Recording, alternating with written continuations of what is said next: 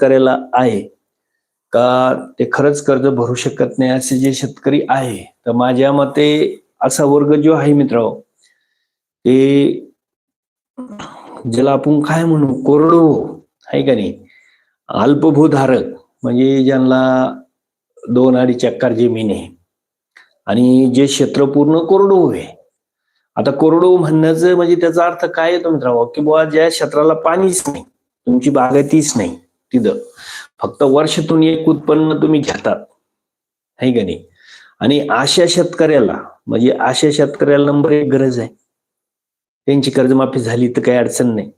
कारण होतं काय की बाबा जे कोरडवाहू शेतकरी आहे म्हणजे त्यांना 2-2.5 एकर जमीन आहे आणि वर्षातून फक्त त्यांचं म्हणजे डायरेक्ट पावसावर उत्पन्न आहे.